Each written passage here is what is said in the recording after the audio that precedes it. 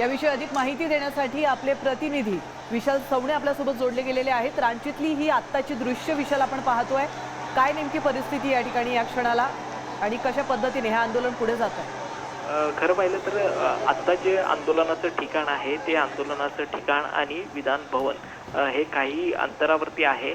मात्र या ठिकाणी या आंदोलकांना रोखण्यासाठी पाण्याच्या फवाऱ्याचा वापर जो आहे ते तिथल्या पोलिसांकडून केल्याचं आपल्याला दिसून येते।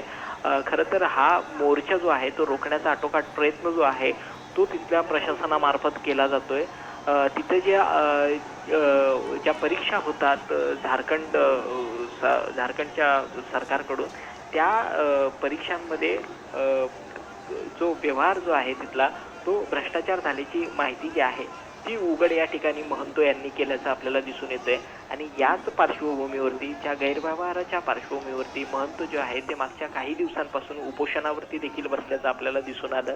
भर पावसात देखील त्यांचं उपोषण जे आहे ते या ठिकाणी सुरूच होतं। अखेर त्यांनी जे आहे त्या आंदोलनाचा पुढचा जो टप्पा आहे तो टप्पा विधान भवनाच्या दिशेने कूच करण्याचा होता आणि त्याच त्यांच्या टप्प्यानुसार आजच्या 10 तारखेला त्यांनी आपला जो मोर्चा आहे तो विधान भवनाकडे वळवल्याचं आपल्याला दिसून आलं। याच दरम्यान या मोर्चाला रोखण्यासाठी ठिकठिकाणी पोलिसांनी बॅरिकेड्स देखील लावण्यात आले होते आणि हे बॅरिकेड्स तोडत आंदोलक जे आहे ते विधान भवनाच्या जवळ पोहोचल्याचं आपल्याला चित्र दिसून येते। या संपूर्ण मोर्चाला रोखण्यासाठी बॅरिकेड्सवरती काटेरी तारांचं कुंपण देखील लावलेलं आपल्याला दिसून आलं। मात्र हे कुंपण देखील तोडताना पार करून हे आंदोलक जे आहे ते पुढे जाताना आपल्याला दिसून आले। पोलीस आणि आंदोलक हे समोरासमोर आलेले आहेत आणि या आंदोलकांना थांबवण्यासाठी या ठिकाणी पोलिसांकडून पाण्याच्या फवाऱ्याचा देखील मोठ्या प्रमाणावरती वापर जो आहे तो केल्याचं आपल्याला दिसून येत आहे। मात्र आम्ही हा मोर्चा पुढे रेटणारच अशी भूमिका जी आहे ती या ठिकाणी आंदोलकांची आपल्याला दिसून येते। दरम्यान या संपूर्ण प्रकरणात सरकारकडून जवळपास 98% मागण्या ज्या आहेत त्या मान्य झाल्याची जरी घोषणा करण्यात आली असली तरी आंदोलक जे आहेत ते अशा प्रकारे कोणतीही मागणी जी आहे ती मान्य झाली नसल्याचं भूमिका जी आहे त्या आंदोलकांकडून आपल्याला पाहायला मिळते। मात्र सध्याची ही दृश्य आपण पाहतोय साम टीव्हीवरती रांचीमधून थेट या ठिकाणी आंदोलक जे आहे ते आपल्या आंदोलनावरती ठाम असल्याचे चित्र आपल्याला दिसून येते। पोलीस आणि आंदोलक समोरासमोर असल्याचे चित्र दिसून येते। या आंदोलकांना रोखण्यासाठी पाण्याच्या फवाऱ्याचे देखील वापर केले जाताना आपल्याला चित्र दिसतंय।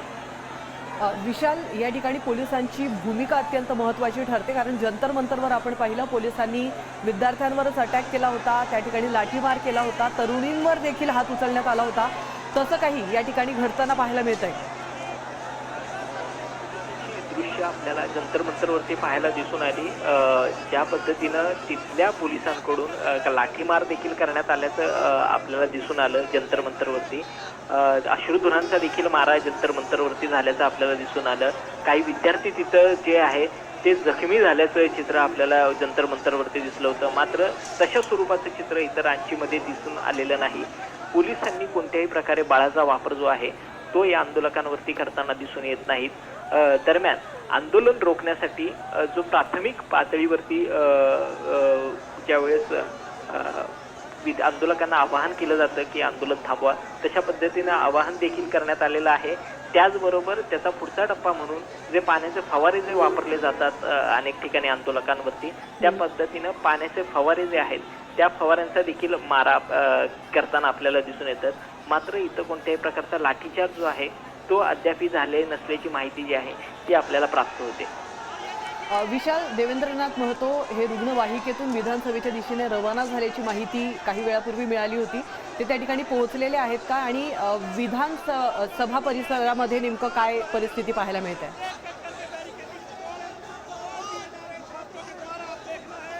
तर आपण पाहतोय रांचीतली ही दृश्य आहे। या ठिकाणी मोठ्या संख्येने विद्यार्थी जमा झालेले आहेत। जंतर मंतरवर ज्या पद्धतीने आपल्या मागण्यांसाठी विद्यार्थी एकवटले होते त्याच पद्धतीने हे विद्यार्थी झारखंडमध्ये रांचीमध्ये एकवटलेले आहेत आणि बॅरिगेड्स तोडून विधानसभेकडे जाण्याचा प्रयत्न त्यांनी केलेला आहे।